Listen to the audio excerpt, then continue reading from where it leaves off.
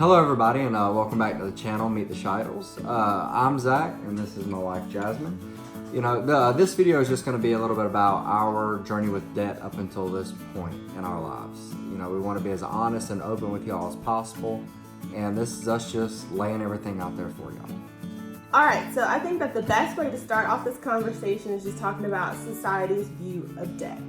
I think that it has become so normalized in our culture in the United States to have some sort of debt at some point in your life, whether that be a car payment, a mortgage for a house, student loans. I mean, it's just something that's viewed as normal, something that is necessary to get what you want and get where you're trying to go. Yeah, you know, I think it's pretty, I couldn't have said it better myself. It's pretty outrageous that some people think you have to attend a school that is going to put you in $100,000 in debt, or a school that or a school that costs you, $25,000, $50,000 a semester, a year, what have you. People who lease cars, people who just accumulate debt on credit cards because they see it as free money. I know of people who literally see a credit card as just free money, and they don't ever have to expect to pay it back. Like, it's just something that's there, and as long as they keep that minimum payment going, and they have that, $50 balance left, that's $50 they have to spend, and that's just not the case. But that's the way society's been manufactured to think. Yeah. In our view of debt before this whole Dave Ramsey baby steps, or his book, The Total Money Makeover, was our views were very different. Needless to say, I came from a background where, my parents blessed me with very many things, and one of those was the knowledge about being debt-free, the importance of being debt-free, and the importance of accumulating as little as possible.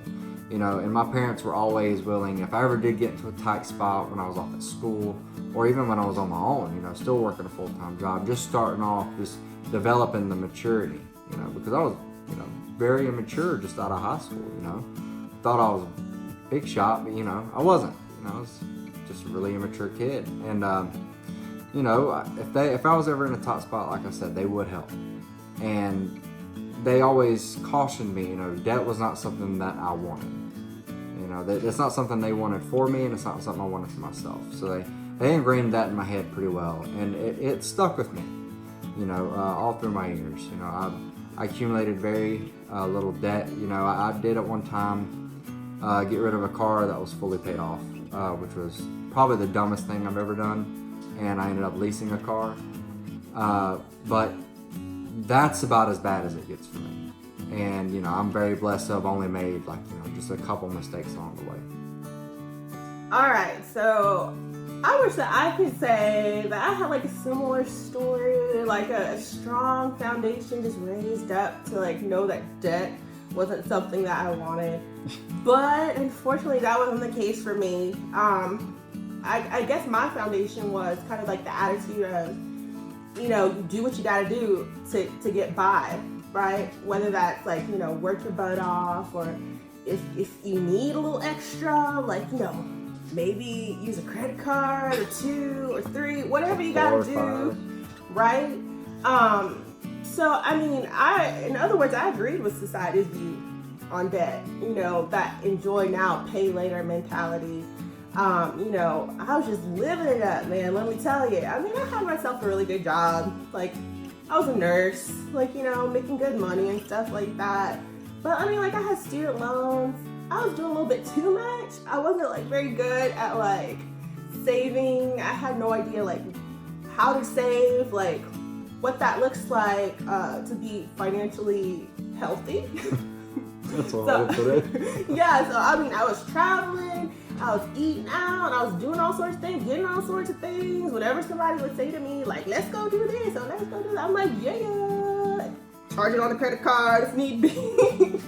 But I mean, I'm just being honest. I mean, I went to school. I didn't take into consideration how much money college would cost me. I mean, I ain't saying I was stupid or anything like that, but I surely didn't get no full ride for school, for any of my school, really. So, I mean, of course I had to pay or get student loans, right? So, I mean, what can you do? maybe I could have handled that a little bit better. But like, I also got a car payment. I attempted to buy a house at one point. Like, I didn't save a dime, you guys. Like, it was ridiculous. I mean, I understand, like, there's, cases where, you could put, like, you can have 0 down payment. Your closing cost is, like, covered and all that good stuff. But you know what? I didn't save anything. I was prepared. I was just like, I got myself a good job. Like, my credit's okay. Maybe I can slide by. But no, they were like, no, man. I mean, I didn't. And I could go on and on and on and on, loaning people money. I mean, co-signing on things. Like, all just, like, unwise decision-making skills. Just about every bad decision that you can make involving debt, except probably having to file bankruptcy at some point. Basically. You've probably made them all, just about. I mean, just about, yeah, you're right. And I mean, it's good to kind of just like, that's the first step to change, right? Is like admitting your fault. Like, you know what I mean? Admitting that you're doing something wrong, and then you make a turnaround. So this is my turnaround. So, like, of course, when I first started to talk to Zachary, like, even before we officially started dating each other, I felt like it was important to kind of bring this up to him, the debt that I've accumulated. Because, I mean, for some people, this sort of thing is like a deal breaker. And I didn't want to, start a relationship, start to build bonds with somebody, and then tell them this later on, and they're like, oh, heck no. And like, they cut it off, and like, I'm heartbroken, they're heartbroken, and I'm still in debt, like, just hoping they're gonna go away. Just hoping that somebody would take me as I am. But I mean, like, I was kind of like nervous. I was hesitant to tell Zachary, but I mean, he was very, very merciful. Yeah, I mean, I kind of just thought it was, first off, I think it takes a very big person, and it says a lot about Jasmine and her personality, and the way I think that she just carries herself.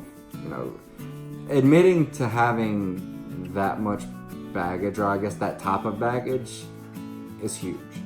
Because I've heard of stories before where people won't admit until they're in that much debt until after they're married. And I think if she would have dropped that on me after we would have gotten married, after all the stuff that we've been through just this past, a few months, I would have been livid. But, she did the grown-up thing, and she let me know beforehand. That right there just spoke volumes. I can't say that enough. It really did, and it really just made me, like her that much more.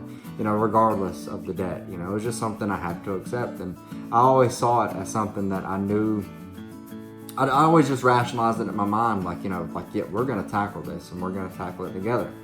And, here we are, a little over a month after being married, and my God, we're going to tackle it together. It's going to be hard, but we're going to try. Oh, yeah, definitely. So, yeah, like Zachary said, we wanted to start our marriage off well.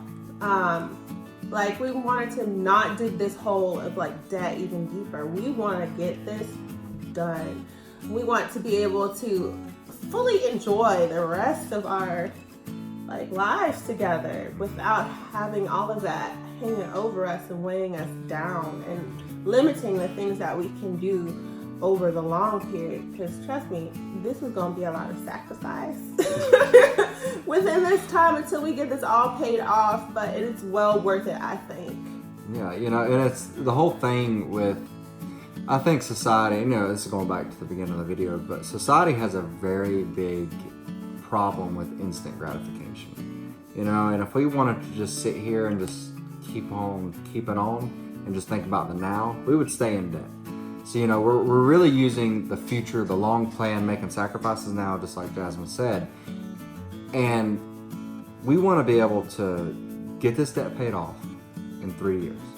We want to be able to start to have kids and bring them in a home that can provide for them. Give them a home, not an apartment, not anything like that. A home, a house that they can call home. It's pretty simple. I don't want to have to bounce them around because we can't afford something, because you know, we can't pay the bills this month. I want to be steady, and I want to raise them in a good environment, and I want to teach them good practices. And, you know, it would be very hypocritical of Jasmine and I to hide mountains of debt while trying to teach our kids, you know, financial, you know, peace. Like trying to teach them how to be financially stable when we can't even maintain it ourselves. You know?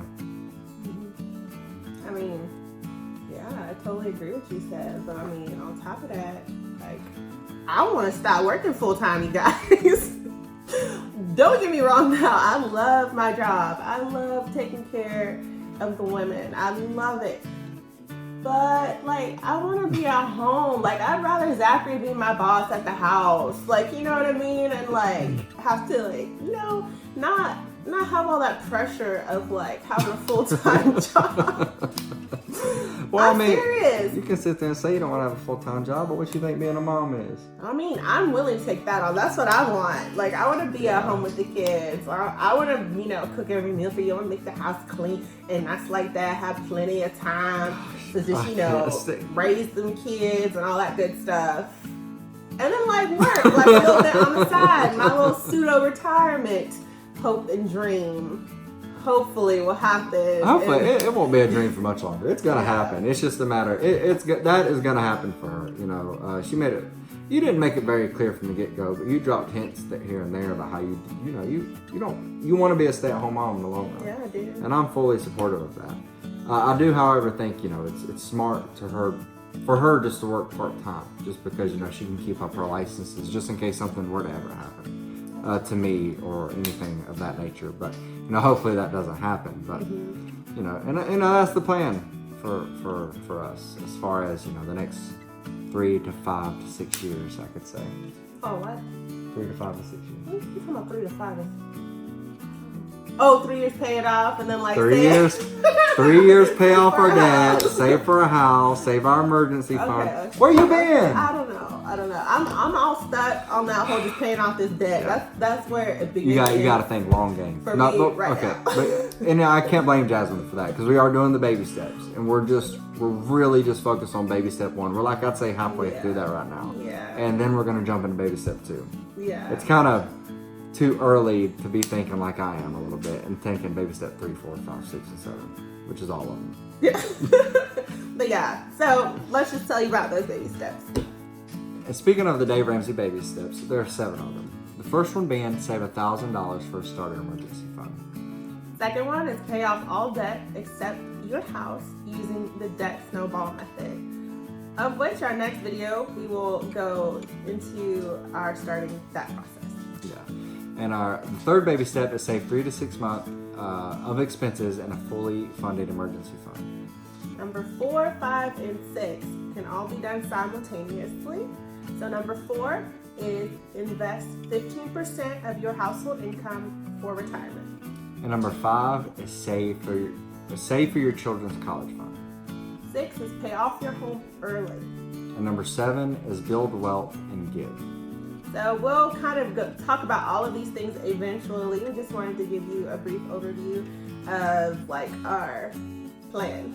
Yeah. Right? But basically the plan that we're using, and the one that Dave Ramsey kind of just outlines, we're going to follow that as close as we can, and in the first baby step, hopefully we'll have done by the end of this month, which is our first month. So that's going to be great, because we've already had a couple things kind of throw us, we've already had a couple things thrown at us this month, and it's not been the easiest process so far, and we're only 3 weeks in, so.